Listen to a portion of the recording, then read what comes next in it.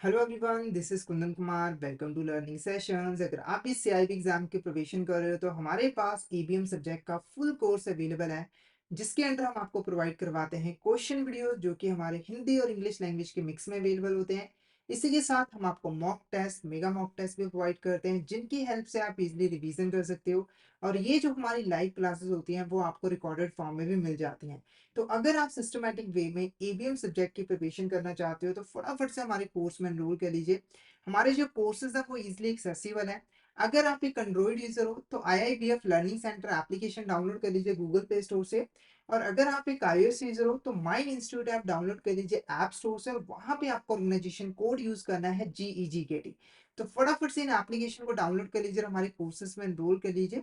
और अगर आप अभी हमारे कोर्स में एनरोल करते हो तो आपको लगभग 82% का ऑफ मिल जाता है हमारे कोर्सेज पे, जिसके लिए आपको कूपन कोड यूज करना है आशीष। तो फटाफट से इस कूपन कोड का यूज करके हमारे कोर्स में एनरोल कर लीजिए। और हमारे टेलीग्राम चैनल को भी जरूर ज्वाइन कर लीजिए, क्योंकि हम इसमें एग्जाम से रिलेटेड, क्लासेस से रिलेटेड जितने भी इंपॉर्टेंट अपडेट्स हैं वो डालते रहते हैं। और अगर आपको भी किसी भी तरह की क्वेरी आती है तो आप इस चैनल पे हमें मैसेज कर सकते हो। तो फटाफट से हमारे टेलीग्राम चैनल को ज्वाइन कर लीजिए ताकि कोई इंपॉर्टेंट अपडेट आपसे मिस ना हो जाए। इसका लिंक आपको वीडियो के डिस्क्रिप्शन बॉक्स में मिल जाएगा। तो शुरू करते हैं आज का टॉपिक। तो आज इस लेक्चर में हम लोग इंसॉल्वेंसी एंड बैंकरप्सी कोड के बारे में पढ़ने वाले हैं, और इसकी हेल्प से स्ट्रेस एसेट को कैसे रिजॉल्व किया जाता है उसके ऊपर डिटेल में डिस्कशन करने वाले हैं। तो फटाफट से इस सेशन को शेयर कर दीजिए अपने फ्रेंड्स के साथ, कलीग्स के साथ, ताकि वो भी इस सेशन का बेनिफिट ले सके। तो शुरू करते हैं। तो सबसे पहले हम यहाँ पर इंसॉल्वेंसी और बैंकरप्सी का मतलब समझते हैं कि बेसिकली होते क्या है। तो सबसे पहले बात करते हैं इंसॉल्वेंसी। तो इंसॉल्वेंसी एक ऐसी फाइनेंशियल स्टेट होती है जहां पर एक पर्सन या फिर एक एंटिटी जो है अपनी फाइनेंशियल ऑब्लिगेशंस और डेट को टाइम पर पे नहीं कर पाती है। जैसे एग्जांपल के लिए मान के चलो, एक ए पर्सन है, उसने यहाँ पर बैंक से लोन लिया है 5 लाख रुपए का, ठीक है। और इसकी जो रीपेमेंट है वो 3 साल के बाद जो है वो करनी है। पर जैसे ही 3 साल पूरे हुए, जो ए पर्सन है उसके पास सिर्फ और सिर्फ 50,000 रुपए ही है, जिसकी वजह से वो बैंक का जो लोन है वो यहाँ पर वापस नहीं कर पा रहा है। तो इस केस में ये जो पर्सन है, इसको हम कहेंगे इंसॉल्वेंट, कि ये जो पर्सन है वो इंसॉल्वेंट हो चुका है। और इस स्टेट को, ये जो सिचुएशन है, इसको हम क्या कहेंगे? इंसॉल्वेंसी। ठीक है। अब बात करते हैं बैंकरप्सी की। बैंकरप्सी क्या होता है? तो सिंपली देखो, जब कोई पर्सन को हम लीगली डिक्लेयर कर देते हैं कि ये जो पर्सन है वो अपनी फाइनेंशियल ऑब्लिगेशन और डेट को पे नहीं कर पा रहा है, तो उस केस में उस पर्सन को हम कहते हैं बैंकरप्ट, और इस सिचुएशन को हम क्या कहते हैं? बैंकरप्सी। ठीक है। जैसे एग्जांपल ले, यही एग्जांपल हम अगर लें, तो ए पर्सन ने जैसे ही डिफॉल्ट किया, यानी कि लोन का पैसा वो वापस नहीं कर पा रहा है, बैंक ने क्या किया? इसके खिलाफ केस कर दिया कोर्ट में। ठीक है। जो कोर्ट है उसने यहाँ पर जितने भी सबूत थे उनको देखा और उसके बिहाफ पर एक लीगल ऑर्डर इशू कर दिया कि जो ए पर्सन है वो आज से बैंकरप्ट है, क्योंकि वो अपनी फाइनेंशियल ऑब्लिगेशन और डेट को पे नहीं कर पा रहा है। तो इस सिचुएशन को क्या कहेंगे? बैंकरप्सी। और इस पर्सन को क्या कहेंगे? बैंकरप्ट। तो इंसॉल्वेंसी और बैंकरप्सी के बीच में क्या डिफरेंस है?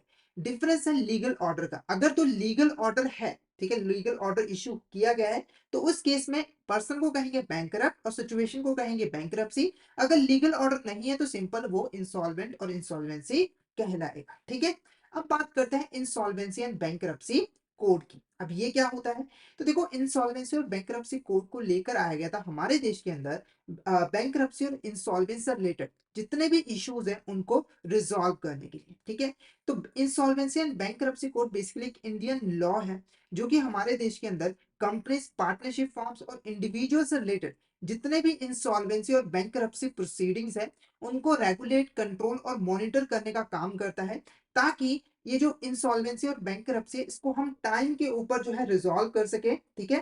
ताकि हमारे जो बिजनेस हैं उनको भी किसी भी तरह का नुकसान ना हो, और जो क्रेडिटर्स हैं जिन्होंने बिजनेस को लोन दिया हुआ है या फिर इन्वेस्टमेंट की हुई है उनको भी किसी भी तरह का नुकसान जो है वो ना हो सके। ठीक है। तो जो इंसॉल्वेंसी कोड है हमारा यहाँ पर, इंसॉल्वेंसी बैंकरप्सी कोड, बेसिकली इसको हम यूज करते हैं जब भी कोई इंसॉल्वेंसी और बैंकरप्सी की प्रॉब्लम आती है। या तो पहली ट्राई हम करते हैं कि हम इसको रिजॉल्व कर दें, अगर रिजॉल्व नहीं होता है तो कंपनी को हम लिक्विडेट भी जो है वो कर देते हैं। तो दोनों ही चीजें आ जाती हैं। पहले तो रिजॉल्व करना नहीं हो पाया तो कंपनी को फाइनली लिक्विडेट कर देना। ठीक है।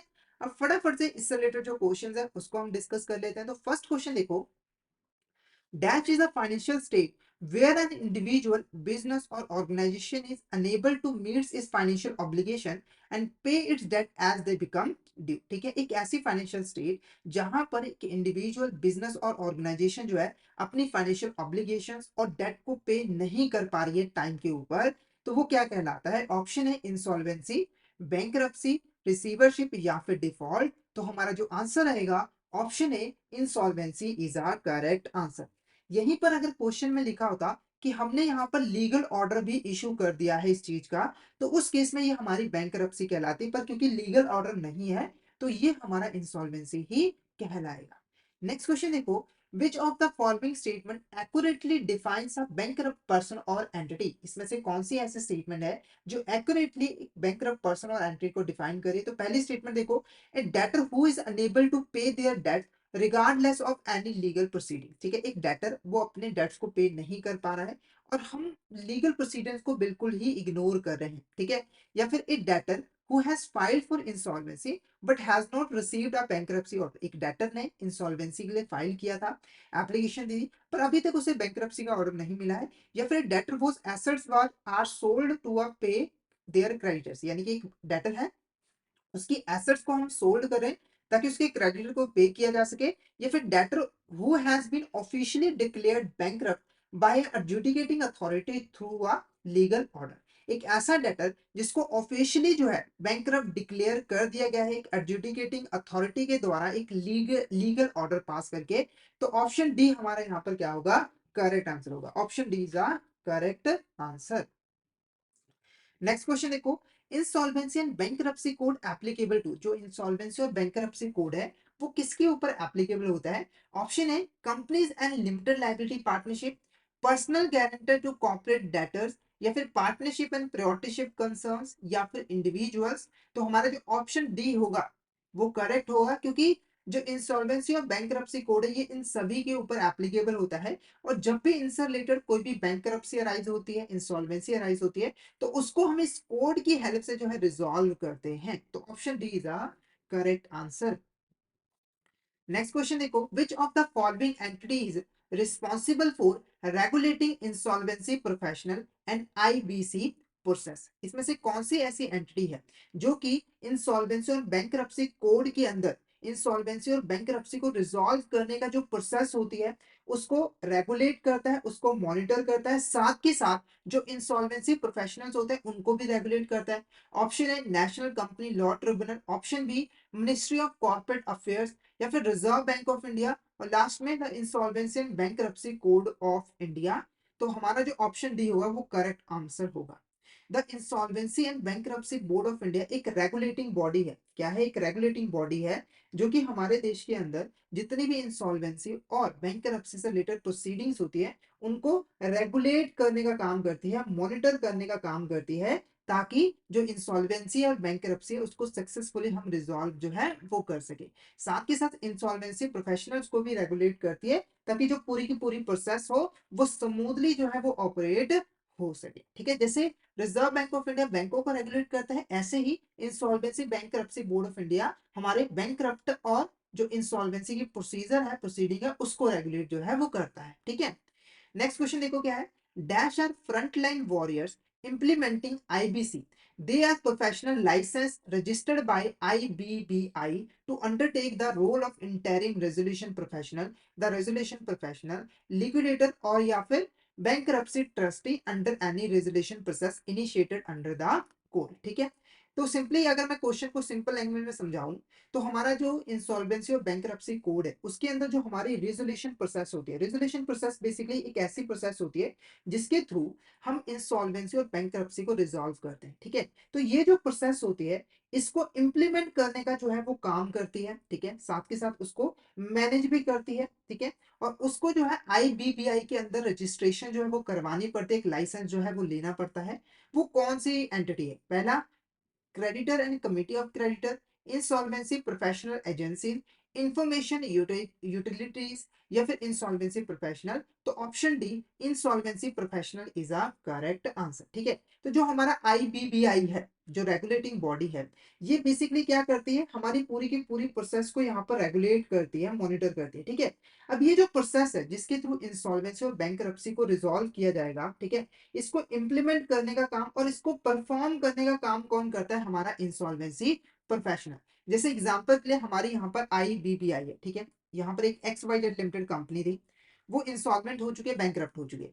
तो इसने क्या किया, यहाँ पर कुछ पर्सन को अपॉइंट किया, ठीक है। उस पर्सन का काम क्या था कि ये जो X Y Z limited company है इसको टेक ओवर करे, ठीक है, इसके फंक्शन को टेक ओवर करे और इसकी बैंकरप्सी और इंसॉल्वेंसी को रिजॉल्व किसी भी तरीके से रिजॉल्व करे, और अगर ऑप्शन ना बचे तो लिक्विडेट भी कर दे। तो ये जो पर्सन यहाँ पर अपॉइंट किए गए हैं, इसको हम क्या कहेंगे, इसको हम कहेंगे हमारे इंसॉल्वेंसी प्रोफेशनल। और ये जो इंसॉल्वेंसी प्रोफेशनल होते हैं, वो यहाँ पर इंटरिम रेजोल्यूशन प्रोफेशनल के तरीके से भी काम कर सकते हैं, या फिर सिंपल रेजोल्यूशन प्रोफेशनल की हैसियत से भी, या फिर लिक्विडेटर और बैंकरप्सी ट्रस्टी के हैसियत से, ठीक है।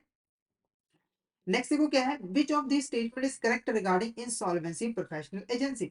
इसमें से कौन सी स्टेटमेंट करेक्ट है regarding the insolvency professional agency. तो सबसे पहले इंसॉल्वेंसी प्रोफेशनल एजेंसी है क्या, उसका मतलब समझ लो।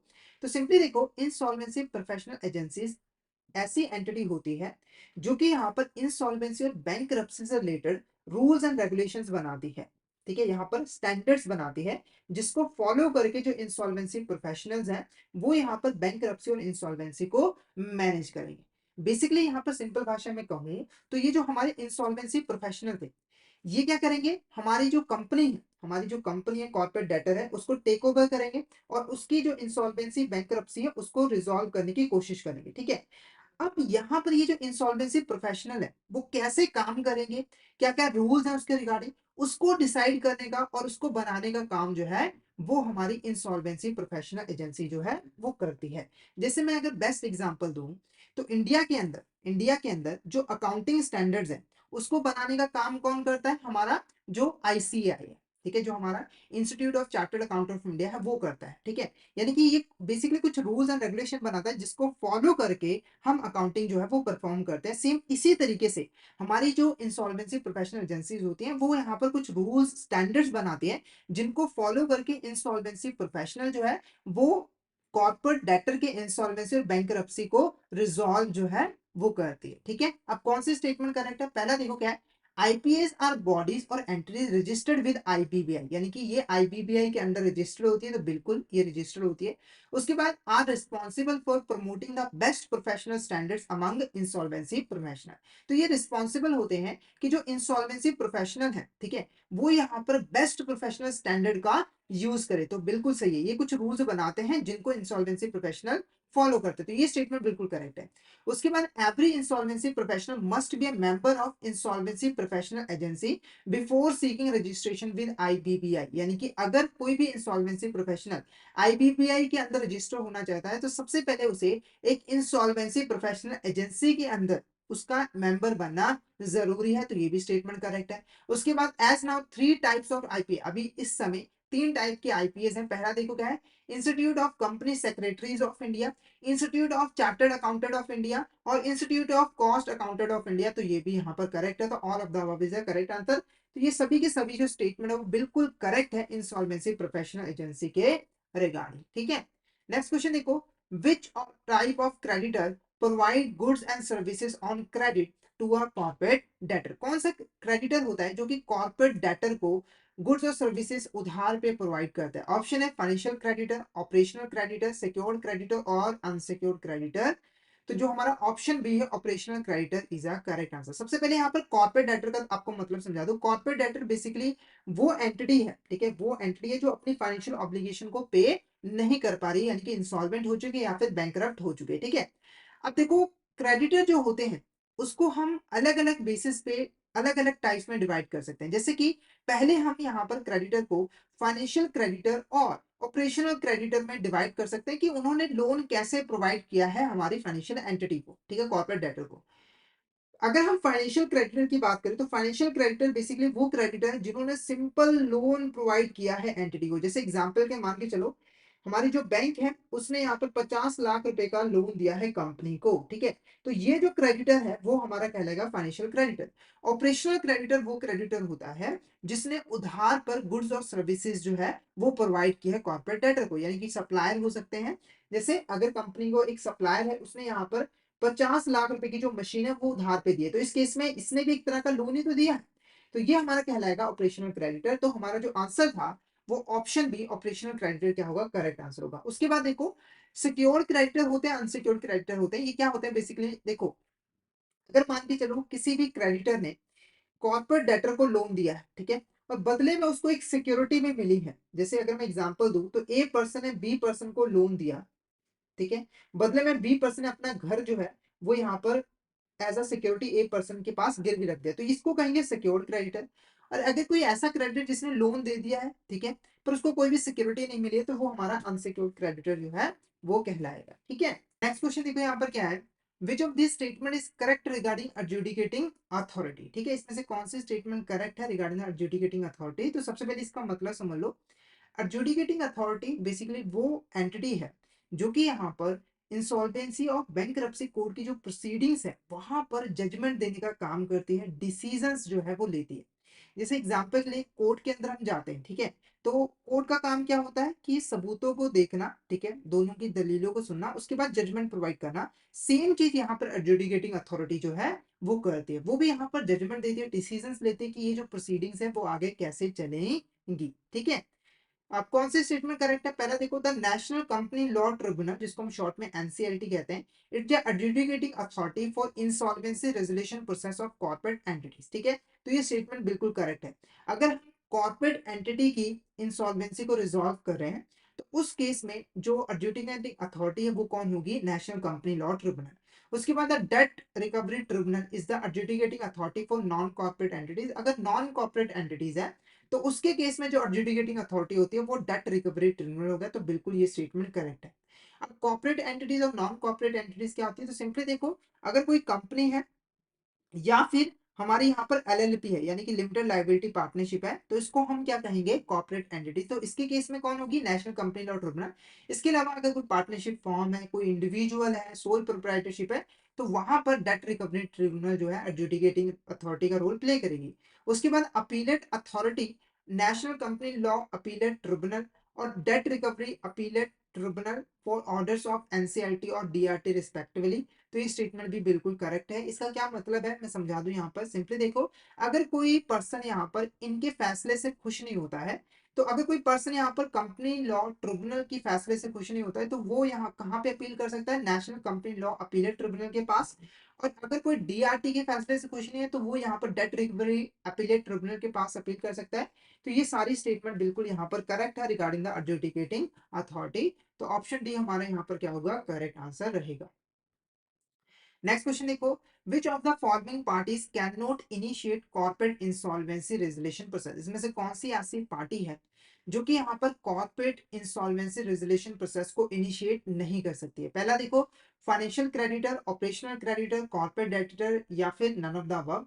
तो option D none of the above is the correct answer, यानी कि इसमें से कोई भी पार्टी चाहे तो वो यहाँ पर इंसॉल्वेंसी रेजोल्यूशन प्रोसेस जो है उसको स्टार्ट कर सकती है। बस इसको यहाँ पर एक एप्लीकेशन जो है वो देनी पड़ती है हमारी एनसीएलटी के पास, अगर कंपनी है या फिर हमारे डीआरटी के पास, ठीक है। तो ये सारी की सारी जो पार्टीज है वो यहाँ पर इस प्रोसेस को इनिशिएट कर सकती है, फाइनेंशियल क्रेडिटर भी, ऑपरेशनल क्रेडिटर भी, या फिर कॉर्पोरेट खुद चाहे तो वो भी कर सकता है।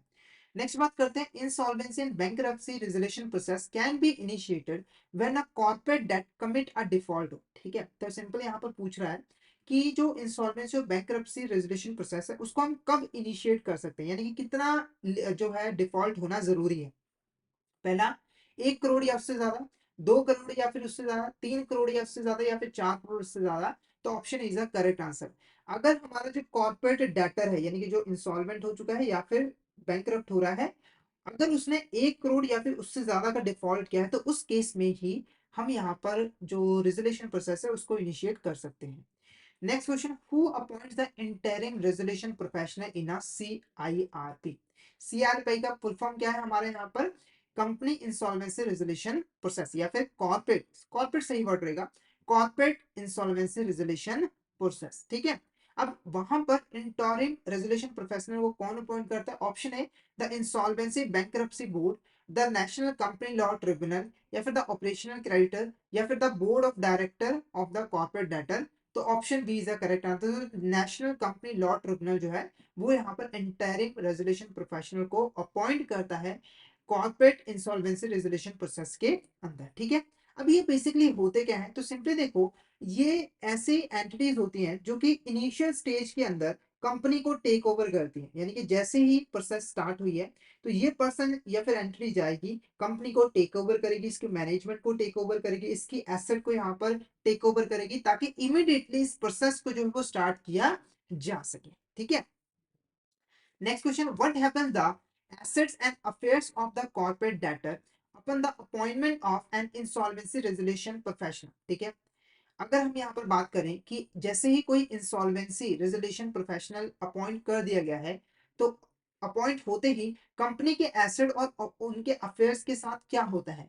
पहला, दे आर लिक्विडिटी इमीडिएटली, जो कंपनीज है वो इमीडिएटली लिक्विडेट कर दिए जाते हैं, या फिर they are transfer to the government, या फिर कंपनी के जो एसेट्स हैं अफेयर्स हैं उनको गवर्नमेंट के पास ट्रांसफर कर दिया जाता है, या फिर they are taken over by IRP as on going concern, या फिर they remain under the control of the board of director. तो option C is the correct answer. जैसे ही एक इंसॉल्वेंसी रेजोल्यूशन प्रोफेशनल जो है अपॉइंट किया जाता है, तो जो हमारी कंपनी की एसेट्स हैं और जो उसका कंट्रोल होता है पूरा का पूरा, वो सारा का सारा किसके पास आ जाता है? इंसॉल्वेंसी रेजोल्यूशन प्रोफेशनल के पास। यानी कि आगे से कंपनी को मैनेज करने का जो काम है, उसके एसेट को मैनेज करने का काम जो है वो हमारा आईआरपी परफॉर्म जो है वो करता है। और जो बोर्ड ऑफ डायरेक्टर होते हैं उनको सस्पेंड जो है वो कर दिया जाता है। तो option C is the correct answer. Next question देखो, based on the claim received from financial creditor, the IRP shall constitute a committee of creditor who is eligible to be a member of COC. ठीक है, तो जैसे ही हम यहाँ पर interim resolution professional को अपॉइंट करते हैं, ठीक है, तो उसकी अपॉइंटमेंट के साथ ही आईआरपी को एक कमिटी बनानी पड़ती है जिसका नाम है कमिटी ऑफ क्रेडिटर्स। ठीक है, तो इसके मेंबर्स कौन कौन बन सकते हैं? सबसे पहले देखो, all financial creditor including those related to corporate debtor, यानी कि सारे के सारे जो फाइनेंशियल क्रेडिटर हैं, साथ ही साथ वो फाइनेंशियल क्रेडिटर भी जो कॉर्पोरेट डेटर के साथ रिलेटेड हैं, या फिर all financial creditor who are not related to corporate debtor, या फिर सारे के सारे फाइनेंशियल क्रेडिटर जो कि कॉर्पोरेट डेटर के साथ रिलेटेड नहीं है, या फिर all operational creditor who are not related to the corporate debtor. तो option B is the correct answer. यानी कि जितने भी फाइनेंशियल क्रेडिटर हैं और वो कॉर्पोरेट डेटर के साथ रिलेटेड नहीं है, तो वो इस कमेटी का मेंबर बन सकते हैं। हालांकि अगर मान के चलो कोई भी फाइनेंशियल क्रेडिटर नहीं है जो कि कॉर्पोरेट डेटर के साथ रिलेटेड ना हो, तो उस केस में हम ऑपरेशनल क्रेडिटर को इंक्लूड कर सकते हैं इस कमेटी के अंदर। ऑपरेशनल क्रेडिटर से ही हम इस कमेटी को जो है वो बना देते हैं। ठीक है, ये एक्सेप्शनल केस है। नेक्स्ट क्वेश्चन देखो, what is the required voting majority for the COC to decide on continuing or replacing the IRP। ठीक है, पहले क्वेश्चन को समझो। आईआरपी क्या है? Interim resolution professional. क्या है? Interim resolution professional. इसका काम क्या होता है कि शुरुआती दौर के अंदर जो रेजोल्यूशन प्रोसेस है उसको इंप्लीमेंट करना। ठीक है, कुछ टाइम के बाद हमारी जो सीओसी है यानी कि कमिटी ऑफ क्रेडिटर्स है, उसके पास अथॉरिटी होती है कि वो इसको यहाँ पर या तो हटा दे या फिर इसको कंटिन्यू करे, और इसको यहाँ पर रेजोल्यूशन प्रोफेशनल जो है वो बता दे, जो कि आगे की बागडोर जो है वो संभालेगा। ठीक है, तो इसके लिए ना वोटिंग करनी पड़ती है और मेजोरिटी विन होता है। तो वो मेजोरिटी वोटिंग कितनी है? ऑप्शन है सिंपल मेजोरिटी 50% प्लस, यानी कि 51% वोटिंग, या फिर 2/3 मेजोरिटी 66%, या फिर 3/4 मेजोरिटी 75%। तो option B is the correct answer. यानी कि कोई भी फैसला लेना है कि हमें इंटेरिम रेजोल्यूशन प्रोफेशनल को रिप्लेस करना है या फिर उसी को कंटिन्यू रखना है, तो उसके लिए 66% वोटिंग जो है वो चाहिए होती है फेवर में या फिर रिप्लेस करने के फेवर में। ठीक है, तो अगर रिप्लेस करने के फेवर में 66% वोट है तो रिप्लेस कर दिया जाएगा, अदरवाइज कंटिन्यू रखा जाएगा। नेक्स्ट क्वेश्चन देखो, information memorandum is a compilation of entire information on the corporate debtor. It is prepared by the resolution professional. Which of the following information is not included in the information memorandum? ठीक है, तो पहले question को समझ लो। तो information memorandum एक ऐसा document होता है जिसके अंदर कॉर्पोरेट डेटर से रिलेटेड जितने भी इंपॉर्टेंट इंफॉर्मेशन होते हैं, जैसे कि उसकी एसेट्स कितनी है, लायबिलिटीज कितनी है ना, फाइनेंशियल क्रेडिटर कौन है, ऑपरेशनल क्रेडिटर कौन है, उसकी सारी इंफॉर्मेशन को जो है इकट्ठा करके रखा जाता है या फिर रिकॉर्ड करके रखा जाता है। और इसको प्रिपेयर करने का काम जो है वो रेजोल्यूशन प्रोफेशनल का होता है। तो इसमें से कौन सी ऐसी इंफॉर्मेशन है जो इसके अंदर इंक्लूड नहीं की जाती है? पहला देखो, asset and liability as an insolvency commencement date, यानी कि जब इंसॉल्वेंसी स्टार्ट हुई थी उस डेट के ऊपर कंपनी की एसेट और लायबिलिटीज कितनी है, तो ये इंफॉर्मेशन होती है, ये इंक्लूड की जाती है। उसके बाद audited financial statement for last 2 financial year, पिछले 2 सालों की फाइनेंशियल स्टेटमेंट, साथ के साथ ऑडिटिंग फाइनेंशियल स्टेटमेंट और रिपोर्ट के साथ, तो बिल्कुल ये भी होता है। उसके बाद current value, market value of corporate debtor asset and liability, यानी कि करंट में मार्केट वैल्यू क्या है कॉर्पोरेट डेटर की एसेट और लायबिलिटीज का, तो इसको हम इंक्लूड नहीं करते हैं। उसके बाद all list of creditor amount claimed admitted details of security interest held by them, तो ये भी इंफॉर्मेशन होता है, पूरी की पूरी लिस्ट बनाई जाती है कि कौन कौन क्रेडिटर है, उनका क्या क्लेम है और किस क्लेम को हमारा जो रेजोल्यूशन प्रोफेशनल वो मान रहा है, एडमिट कर रहा है, और डिटेल्स कि उनके पास क्या क्या सिक्योरिटी जो है वो अवेलेबल है कॉर्पोरेट डेटर के केस में। तो हमारा जो आंसर रहेगा वो ऑप्शन सी रहेगा, option C is a correct answer, ये वाली डिटेल इसके अंदर नहीं रिकॉर्ड की जाती है। नेक्स्ट क्वेश्चन देखो, which of the following individual is not eligible to be a resolution applicant under the section 29A। अगर हम सेक्शन 29A की बात करें तो कौन सा ऐसा इंडिविजुअल है जो कि यहाँ पर रेजोल्यूशन प्रोसेस की एप्लीकेशन नहीं दे सकता है, यानी कि इनिशिएट नहीं कर सकता है हमारी इंसॉल्वेंसी और बैंकरप्सी रेजोल्यूशन प्रोसेस को।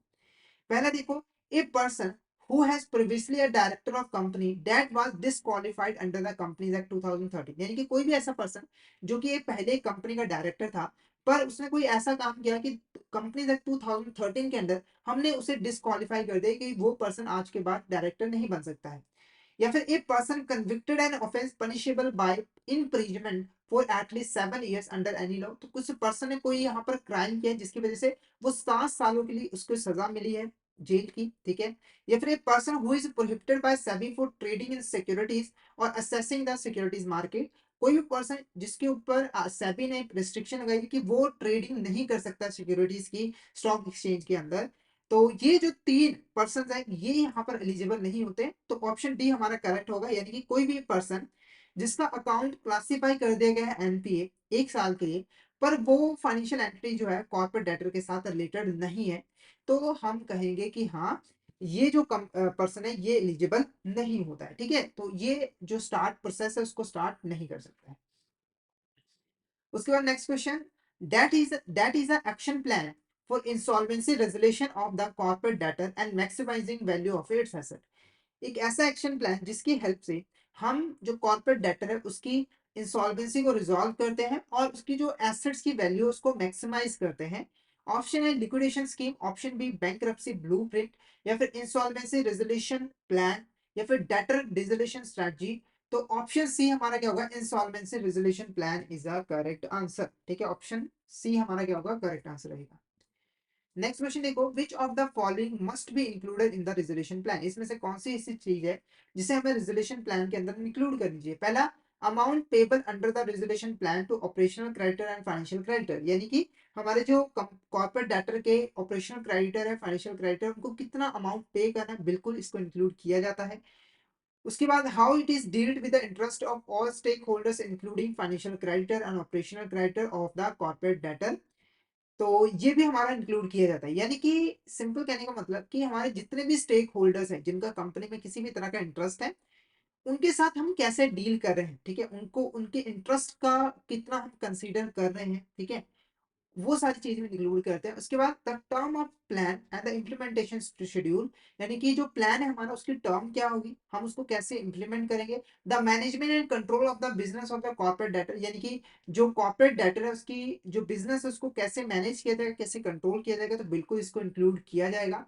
तो option D all of the is the correct answer. तो ये सारी की सारी चीजें जो है वो हमारे रेजोल्यूशन प्लान के अंदर इंक्लूड जो है वो की जाती है।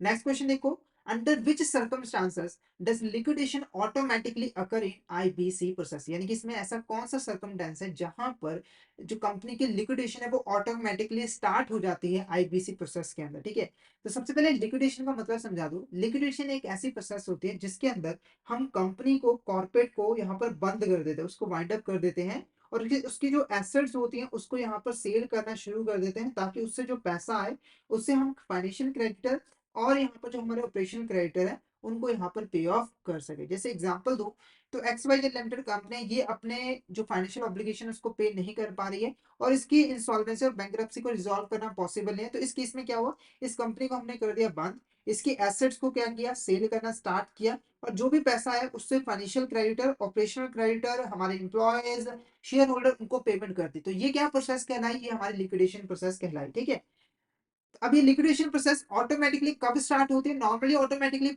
स्टार्ट नहीं होती, एप्लीकेशन देनी पड़ती है, पर कई केसेस में ऑटोमेटिकली भी स्टार्ट हो जाती है। वो कौन सी केसेस है, पहला CIRP fails, no resolution plan is received और is not approved by the COC। जब हमारे यहाँ पर कॉर्पोरेट इंसॉल्वेंसी रेजोल्यूशन प्लान जो है वो फेल हो जाता है, यानी कि कोई भी रेजोल्यूशन प्लान जो है वो यहाँ पर कमिटी ऑफ क्रेडिटर के पास सबमिट नहीं करवाया जाता है, या फिर सबमिट करवाया जाता है तो जो हमारी कमिटी ऑफ क्रेडिटर है वो उसको अप्रूव ही नहीं करती, तो उस केस में ऑटोमेटिक लिक्विडेशन स्टार्ट हो जाएगी। उसके बाद any of the stakeholder default और deviates from the term of approved resolution plan, अगर कोई रेजोल्यूशन प्लान अप्रूव कर दिया गया है और कोई भी स्टेक होल्डर चाहे फाइनेंशियल क्रेडिटर है, कॉर्पोरेट डेटर है, वो डिफॉल्ट कर देता है, यानी कि वो उसकी प्रोविजंस को, टर्म को नहीं मानता, तो उस केस में बिल्कुल हो जाएगा। The corporate debtor contravenes the CIRP anyone prejudicially and affected applies for liquidation. ठीक है, तो अगर कोई कॉर्पोरेट डेटर है उसने जो CIRP की जो प्रोविजंस थी उसको फॉलो नहीं किया है और जिसकी वजह से अगर किसी भी पर्सन को लॉस हुआ है, जैसे कि हमारा ऑपरेशनल क्रेडिटर हो गया, फाइनेंशियल क्रेडिटर हो गया, तो वो अप्लाई कर देता है लिक्विडेशन के लिए, तो बिल्कुल ऑटोमेटिकली हो जाएगा। उसके बाद when A creditor holding 66% of the outstanding financial debt and vote for liquidation, अगर हमारे जो क्रेडिटर्स हैं उनके पास कंपनी के टोटल डेट का 66% हिस्सा है और वो वोट करते हैं कि कंपनी को लिक्विडेट कर देना चाहिए, तो उस केस में बिल्कुल, तो option D is the correct answer. ये सारे के सारे सिचुएशन है जहां पर लिक्विडेशन जो है वो ऑटोमेटिकली स्टार्ट हो जाती है। नेक्स्ट क्वेश्चन देखो हमारा, which of the following is not a duty of the liquidator, इसमें से कौन सी ऐसी ड्यूटी है जो कि एक लिक्विडेटर की ड्यूटी नहीं होती है। सबसे पहले लिक्विडेटर क्या होता है, तो देखो लिक्विडेटर प्रोसेस को जो इम्प्लीमेंट करता है और मैनेज करता है वो हमारा लिक्विडेटर कहलाता है, यानी कि कंपनी की फंक्शंस को वाइंड अप करने का काम। ठीक है, उसके बाद एसेट्स को अपने कब्जे में लेकर उसको सेल करने का काम, जो भी पैसा आया उसको डिस्ट्रीब्यूट करने का काम जो है वो लिक्विडेटर ही परफॉर्म जो है वो करता है। ठीक है, अब कौन सी ड्यूटी नहीं है, पहला देखो, तो कलेक्ट और verify the claim of all creditor, यानी कि जितने भी क्रेडिटर हैं उनका क्या क्लेम है कंपनी के ऊपर, उसको पहले कलेक्ट करना, उसको फिर वेरीफाई करना कि ये क्लेम सही है या फिर नहीं है, बिल्कुल ये ड्यूटी होती है। उसके बाद to protect and preserve the assets and properties of the corporate debtor, तो जो कॉर्पोरेट डेटर है उसकी एसेट्स को प्रोटेक्ट करना, उसको अपने पास प्रिजर्व करके रखना, तो बिल्कुल ये हमारा फंक्शन होता है। उसके बाद to invest corporate debtor asset in a profitable ventures, तो जो कॉर्पोरेट डेटर के एसेट्स हैं उनको प्रॉफिटेबल वेंचर में इन्वेस्ट करना, तो ये हमारी ड्यूटी नहीं होती क्योंकि कंपनी को बंद कर दिया गया है। ठीक है, कंपनी के लिए काम नहीं करता है लिक्विडेटर, उसको बंद कर देता है। उसके बाद to conduct the business of the CD for its beneficial liquidation, तो सही तरीके से लिक्विडेशन हो सके कंपनी की, उसके लिए कंपनी के जो काम है, फंक्शंस है, उनको परफॉर्म करता है। तो यहाँ पर ठीक है, देखो कई स्टूडेंट्स को, कैंडिडेट्स को यहाँ पर कंफ्यूजन होगी कि इसमें और इसमें फर्क क्या हो। देखो यहाँ पर क्या हो रहा है कि कॉर्पोरेट डेटर को एसेट्स को इन्वेस्ट किया जा रहा है प्रॉफिटेबल वेंचर्स में, ताकि प्रॉफिट ज्यादा से ज्यादा हो। पर यहाँ पर क्या हो रहा है कि लिक्विडेशन की जो प्रोसेस है वो सही से इंप्लीमेंट हो सके, इसके लिए जो जरूरी फंक्शंस है कंपनी के उसको परफॉर्म करता है, तो ये डिफरेंट बात है, तो ये फंक्शन ड्यूटी होती है। तो हमारा जो ऑप्शन सी होगा वो करेक्ट आंसर होगा, option C is the correct answer.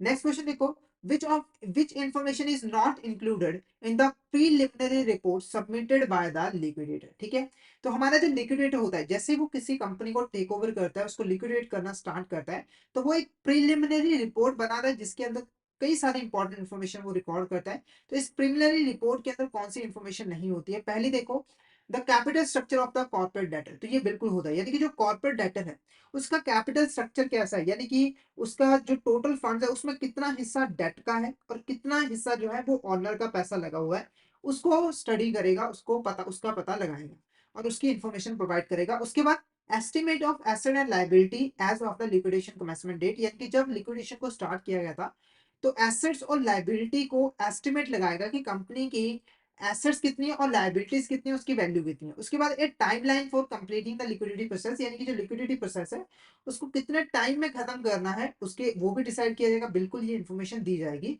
उसके बाद estimated value of corporate director personnel asset, यानी कि जो कॉर्पोरेट का डायरेक्टर था उसकी जो पर्सनल एसेट्स है उसकी जो वैल्यू है उसका एस्टिमेट इसमें दिया जाएगा। तो ये गलत है, तो option D is the correct answer. ये जो इन्फॉर्मेशन है वो प्रोवाइड नहीं की जाती है लिक्विडेटर की प्रिलिमिनरी रिपोर्ट के अंदर। नेक्स्ट क्वेश्चन हमारा क्या है, the asset memorandum shall provide the details in respect of the asset which are intended to be realised by way of sale, यानी कि जो एसेट मोमेरेंडम है वो हमें डिटेल्स प्रोवाइड करता है उन एसेट्स की जिसको हम सेल करके रियलाइज करने वाले हैं, सेल करके पैसा लेने वाले हैं। Which of the following is not included in the asset memorandum, कौन सी इंफॉर्मेशन है जिसको हम एसेट मोमेरेंडम के अंदर इंक्लूड नहीं करते। Option A an estimate of the individual value of each asset to be sold, एक एस्टिमेट हम लगाते हैं कि जो इंडिविजुअल वैल्यू है एसेट्स की उसको हम सेल करेंगे तो हमें कितनी वैल्यू मिलेगी, बिल्कुल ये इंक्लूड किया जाता है। उसके बाद information and justification for the chosen method mode selling a specific asset, जब यहाँ पर लिक्विडिटी कोई स्पेसिफिक मेथड या फिर मोड को चूज करता है स्पेसिफिक एसेट को सेल करने के लिए, तो वो मेथड क्या है और उसको क्यों चूज किया है उसके बारे में इंफॉर्मेशन होती है, बिल्कुल ये होती है। उसके बाद information stakeholder involve the liquidation process, यानी कि जो लिक्विडेशन प्रोसेस है उसके अंदर कौन कौन से स्टेक होल्डर्स इन्वॉल्व है उसकी इंफॉर्मेशन, तो ये इंफॉर्मेशन नहीं होती है। Details of expected amount of realisation from sale, यानी कि अगर आप सेल करते हो एसेट को तो आपको मैक्सिमम कितनी वैल्यू मिलेगी, एक्सपेक्टेड कितना है अमाउंट है, तो ये इंफॉर्मेशन इंक्लूड की जाती है। तो ऑप्शन सी हमारे यहाँ पर क्या होगा, करेक्ट आंसर होगा। Option C is the correct answer. Next question देखो, the estimated realisable value of assets of the corporate debtor is termed as liquidation value, ठीक है। तो एक एसेट का मतलब एसेट को सेल करके जो वैल्यू रियलाइज होगी उसकी एस्टिमेट जो हम लगाते हैं उसको हम क्या कहते हैं, लिक्विडेशन वैल्यू। और ये जो लिक्विडेशन वैल्यू है ये कैसे डिटरमाइन की जाती है, सिंपल अगर समझा सिंपल भाषा में समझाओ तो X Y Z limited company है, इसके पास जो भी एसेट्स है इसको सेल करके जो भी पैसा आएगा इसका जो हम एस्टिमेट लगाते हैं इसको हम कहते हैं लिक्विडेशन वैल्यू, ठीक है, यहां तक क्लियर है।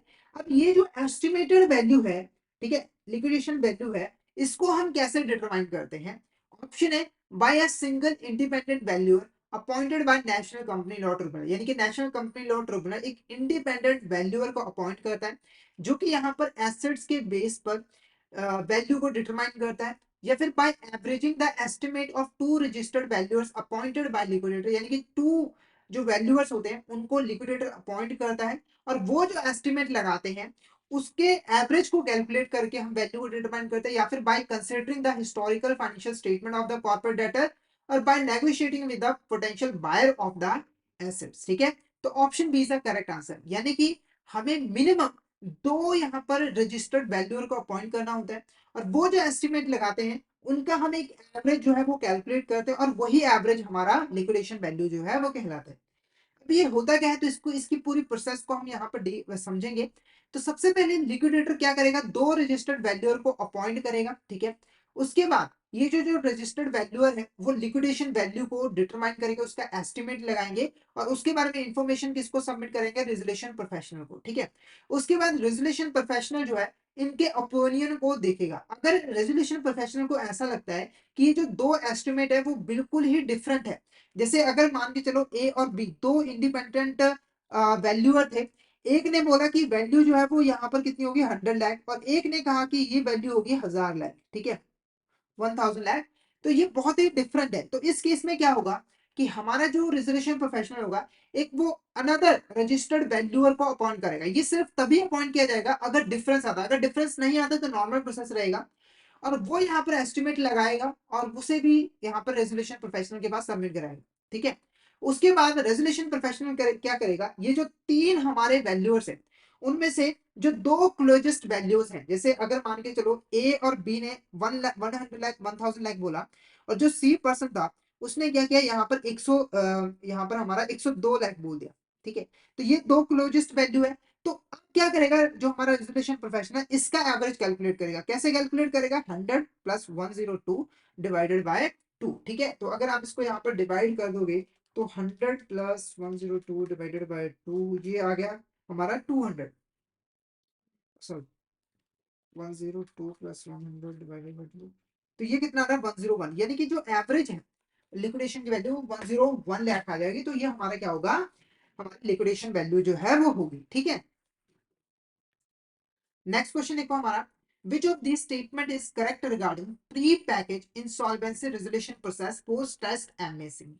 यानी कि एमएसएमई के लिए जो pre package insolvency resolution process बनाया गया था उसके रिगार्डिंग इसमें से कौन सी स्टेटमेंट जो है वो करेक्ट है। पहला देखो क्या, 120 days from the date of commencement is the time frame given for completion of entire PRP process। PRP process यहाँ पर क्या है, pre package insolvency resolution process. तो जो मैक्सिमम टाइम दिया जाता है वो 120 डेज का दिया जाता है, यानी कि 120 दिन के अंदर पूरी की पूरी जो प्रोसेस है उसको कंप्लीट करना। तो ये स्टेटमेंट बिल्कुल करेक्ट है।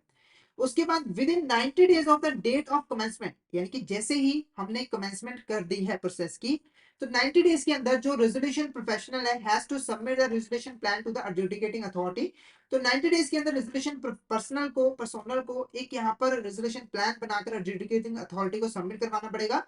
बिल्कुल ये स्टेटमेंट करेक्ट है। उसके बाद resolution plan is approved by the committee of creditor. जो रेजोल्यूशन प्लान है ना उसको कमिटी ऑफ क्रेडिटर जो है वो अप्रूव करेंगे। तो ये भी स्टेटमेंट करेक्ट है। तो all of the above is the correct answer. ये सभी के सभी स्टेटमेंट जो है वो बिल्कुल करेक्ट है। ठीक है, अब यहाँ पर जो हमारा पीआरपी फॉर एमएसएमई है और जो हमारा सीआईआरपी है जो नॉर्मल प्रोसेस है उसके बीच में क्या बेसिक डिफरेंस है उसके बारे में डिस्कस कर लेते हैं। तो पहले अगर हम एलिजिबिलिटी की बात करें, जो पीआरपी है उसके अंदर सिर्फ और सिर्फ एमएसएमई जो है एलिजिबल होते हैं और इसके अंदर ऑल कॉर्पोरेट डेटर जो है इन्वॉल्व होते हैं। डिफॉल्ट थ्रेशोल्ड की बात करें तो अप टू 1 करोड़, अगर अप टू 1 करोड़ का डिफॉल्ट है तो वो इसके अंदर जो है इंसॉल्वेंसी को रिजॉल्व किया जाता है। और यहाँ पर जो डिफॉल्ट की थ्रेशोल्ड लिमिट है वो ओवर द 1 करोड़ है। इनिशिएशन की बात करें तो इसको सिर्फ और सिर्फ हमारा जो कॉर्पोरेट डेटर है, ठीक है, वो यहाँ पर इनिशिएट कर सकता है। यानी कि हमारी जो रेजोल्यूशन प्रोसेस है उसको स्टार्ट कौन करेगा, कॉर्पोरेट डेटर। हालांकि उसको बाद में हमारे जो शेयर होल्डर्स हैं और अनरिलेटेड फाइनेंशियल क्रेडिटर्स हैं उनसे अप्रूवल लेना जरूरी है। और इस केस में फाइनेंशियल क्रेडिट, ऑपरेशनल क्रेडिट और कॉर्पोरेट डेटर ये सारे के सारे जो है वो प्रोसेस को इनिशिएट कर सकते हैं। अगर मैनेजमेंट कंट्रोल की बात करें तो यहाँ पर जो मैनेजमेंट कंट्रोल की टाइप होती है वो corporate debtor in possession with creditor in control होता है। और यहाँ पर क्रेडिटर इन कंट्रोल यानी कि क्रेडिटर का सबसे ज्यादा कंट्रोल होता है इस केस में। उसके बाद रेजोल्यूशन प्लान की बात करें तो जो सीडी है, कॉर्पोरेट डेटर है, उसे एक बेस रेजोल्यूशन प्लान जो है वो बनाना होता है और उसे सबमिट करवाना होता है। और अगर वो सीआईएसओ यानी कि जो कमिटी ऑफ क्रेडिटर उसको रिजेक्ट कर देती है तो उस केस में, या फिर जो ऑपरेशनल क्रेडिटर है उनको पेमेंट नहीं मिलती है, तो हम अलग से प्लान भी यहाँ पे जो है वो बना सकते हैं, इनवाइट कर सकते हैं। इसके केस में EOI invited all possible prospective resolution applicants, यानी कि हम जितने भी प्रोस्पेक्टिव रेजोल्यूशन एप्लीकेंट्स हैं उनको इनवाइट करते हैं। सेक्शन की एप्लीकेबिलिटी की बात करें तो इसके ऊपर भी एप्लीकेबल होता है हमारा सेक्शन 29A, और इसके ऊपर भी एप्लीकेबल होता है। दोनों के ऊपर जो है सेक्शन एप्लीकेबल होता है। ठीक है, अगर हम रेजोल्यूशन उसके बाद अगर हम कॉन्सिक्वेंसेज ऑफ फेलियर की बात करें तो जैसे ही फेलियर होता है यानी कि टर्म एंड कंडीशन को फुलफिल नहीं किया जाता तो जो पीआईआरपी प्रोसेस होती है वो टर्मिनेट हो जाती है। उसके बाद कंपनी या तो लिक्विडेट हो जाती है या फिर सीआईपीआर जो है इनिशिएट हो जाता है और यहाँ पे तो कंपनी लिक्विडेट ही हो जाती है। मोरेटोरियम की बात करें तो जैसे ही कमेंसमेंट होती है, प्रोसेस की स्टार्टिंग होती है, तो मोरेटोरियम प्रोटेक्शन जो है मिल जाती है। और यहाँ पर जैसे ही कोई प्ली फाइल किया जाता है तो उस केस में मोरेटोरियम प्रोटेक्शन जो है स्टार्ट हो जाता है। टर्मिनेशन की बात की जाए तो 60%, 66% वोटिंग सीओआई से, यानी कि जो कमिटी ऑफ क्रेडिट है अगर वो 66% वोट करे तो प्रोसेस को टर्मिनेट किया जा सकता है। और यहाँ पर जो वोटिंग की परसेंटेज है वो कितनी है, 90% है। तो यहाँ पर हमने इंसॉल्वेंसी बैंक्रप्सी कोड के बारे में, ठीक है, और उसकी हेल्प से स्ट्रेस एसएम को कैसे रिजॉल्व किया जाता है उसके बारे में डिटेल में डिस्कस कर लिया है। तो आई होप आपको यहाँ तक क्लियर हो गया होगा। अगर आपको किसी भी तरह का डाउट आता है तो आप चैट बॉक्स में मैसेज करके पूछ सकते हो। और अगर आपको क्लियर हो गया है तो फटाफट से एक बार चैट बॉक्स में मैसेज करके जरूर बता दीजिएगा। और अगर आप सिस्टमेटिक वे में एबीएम सब्जेक्ट की प्रिपरेशन करना चाहते हो तो फटाफट से हमारे कोर्स में जरूर एनरोल कर लीजिए, जिसके अंदर हम आपको प्रोवाइड करवाते हैं क्वेश्चन वीडियोस जो कि हमारे हिंदी और इंग्लिश लैंग्वेज के मिक्स में अवेलेबल होते हैं। इसी के साथ हम आपको mock test, mega mock test भी प्रोवाइड करते हैं, जिनकी हेल्प से आप इज़िली रिवीजन कर सकते हो। और ये जो हमारी लाइव क्लासेस होती हैं, वो आपको रिकॉर्डेड फॉर्म में भी मिल जाती हैं। तो अगर आप सिस्टमैटिक वे में एबीएम सब्जेक्ट की प्रिपरेशन करना चाहते हो, तो फटाफट से हमारे कोर्स में एनरोल कर लीजिए। हमारे जो कोर्सेज़ हैं, वो ईज़िली एक्सेसिबल हैं। अगर आप एक एंड्रॉइड यूजर हो तो IIBF learning centre application download कर लीजिए गूगल प्ले स्टोर से। और अगर आप एक आईओएस यूजर हो तो माई इंस्टीट्यूट ऐप डाउनलोड कर लीजिए ऐप स्टोर से। वहां पे आपको ऑर्गेनाइजेशन कोड यूज करना होगा GEGKD। तो फटाफट से इन एप्लीकेशन को डाउनलोड कर लीजिए और हमारे कोर्सेज में एनरोल कर लीजिए। और अगर आप अभी हमारे कोर्स में एनरोल करते हो तो आपको लगभग 82% का ऑफ मिल जाता है हमारे कोर्सेज पे, जिसके लिए आपको कूपन कोड यूज करना है आशीष। तो फटाफट से इस कूपन कोड का यूज करके हमारे कोर्स में एनरोल कर लीजिए। और हमारे टेलीग्राम चैनल को भी जरूर ज्वाइन कर लीजिए, क्योंकि हम इसमें एग्जाम से रिलेटेड, क्लासेस से रिलेटेड जितने भी इंपॉर्टेंट अपडेट्स हैं वो डालते रहते हैं। और अगर आपको भी किसी भी तरह की क्वेरी आती है तो आप इस चैनल पे हमें मैसेज कर सकते हो। तो फटाफट से हमारे टेलीग्राम चैनल को ज्वाइन कर लीजिए, ताकि कोई इंपॉर्टेंट अपडेट आपसे मिस ना हो जाए। इसका लिंक आपको वीडियो के डिस्क्रिप्शन बॉक्स में मिल जाएगा। तो आज के लिए इतना ही। अगर सेशन अच्छा लगा हो तो सेशन को लाइक कर देना, हमारे चैनल को सब्सक्राइब कर देना और शेयर जरूर कर देना अपने फ्रेंड्स के साथ, कलीग्स के साथ, ताकि वो भी इस सेशन का बेनिफिट ले सके। तो thank you so much everyone, मिलते हैं नेक्स्ट क्लास में।